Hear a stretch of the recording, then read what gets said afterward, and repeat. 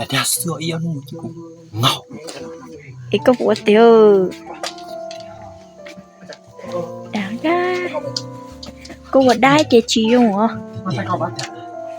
này thì chị cứ xíu thế cận nha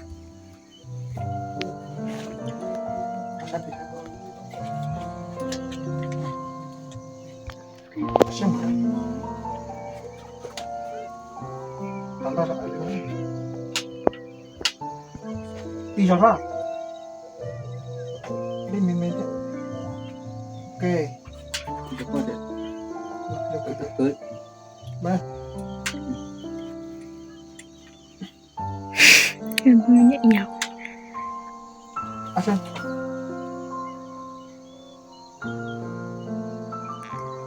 xin chào để xin mình sao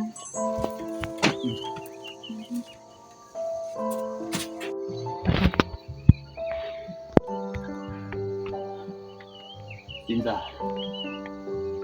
cô chỉ mà cho mà chỉ cho lên ta suy我当的至少断在这，至少还是过的，可不蒙着，能吃饭吗？没得偷开机，我这里兄弟闹死呀，啥的都讨厌的了。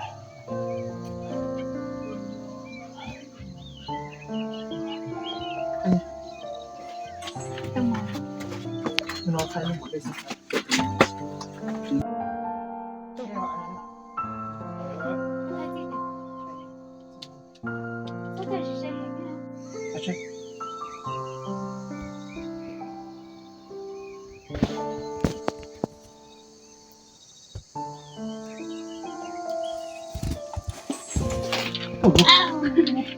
gì đấy trình độ thô luôn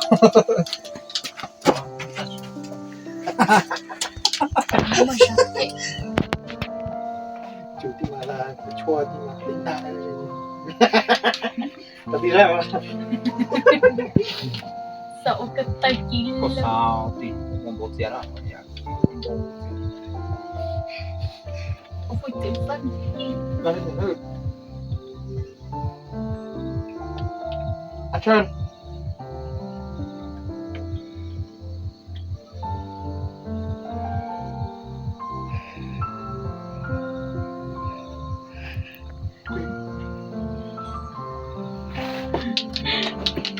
tập trung nha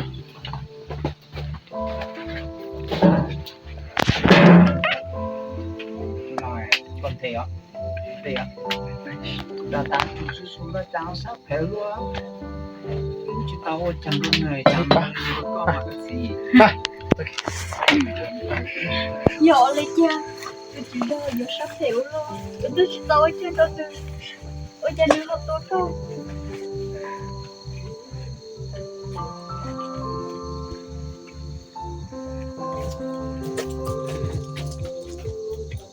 Ôi nhờ, nên tôi chỉ hãy một lúc bằng nó dài nha. apa kau share time man cho mày à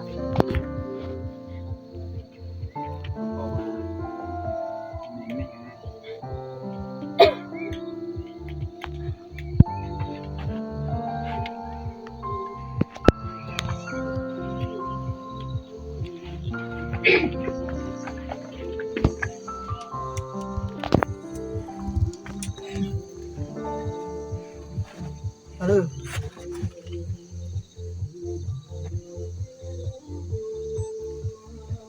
action ôi cha tôi chỉ cho họ giờ sắp hiểu luôn ôi tôi chỉ tao ôi cha nữa họ tốt con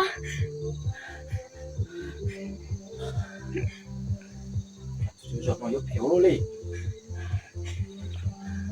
ôi sao chỉ cho ta ôi apa kau jadi ni kau sao orang ni có lẽ à nó gì đó nhé sao tay ạ hai sao con rút xe vào trong từ ôi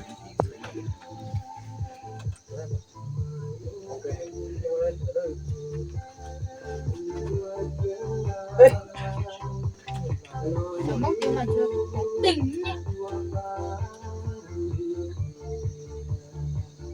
ở đây sao bò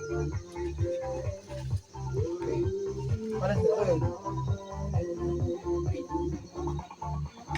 chơi có gì đấy thì là tao vậy được chim lại xuống ruột xe vô lấy tiền Ủa đùa.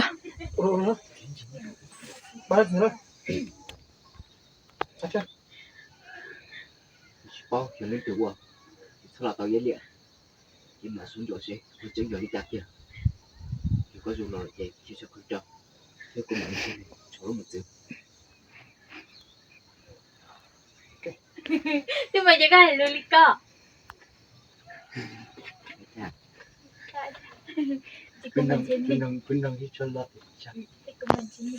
cái Ngồi chịu. cái thọ lọ cái này là con thế là phải bê đó Chợ này cho mình là được rồi. con này là chi là nó có thể tỏi không có sẵn đâu cái này nó thấy cái nó con nó mới được cho được tại nó lúc mình không chế nó rồi là mới Đi mua có mấy mà đây. mới tết Chạy lại nhớ. Chạy lại buồn nhớ sao. ngon ngay thế mà xoắn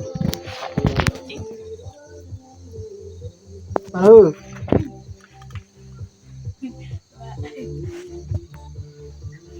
à Sơn Ôi cha, tôi chỉ ra nó vừa sắp theo luôn. Tôi sợ nó trên người vừa ít tôi nên rồi. Tôi chỉ muốn cái chỉ ra nữa cha nữa họ tôi có.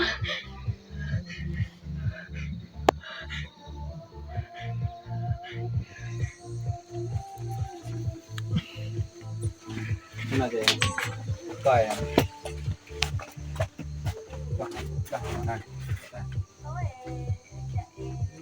chỉ bao nhiêu giờ này mua chỉ tàu tệ chỉ chỉ lo là tàu là cái bây giờ có không lo cái chuột nhưng số lượng sẽ một này Thấy mặt.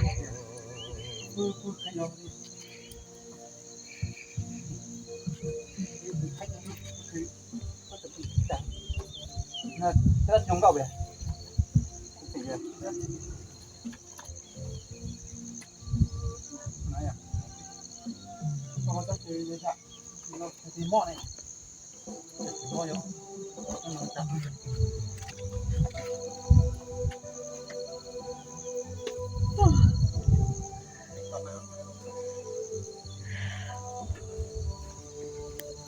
Ôi trời có tay.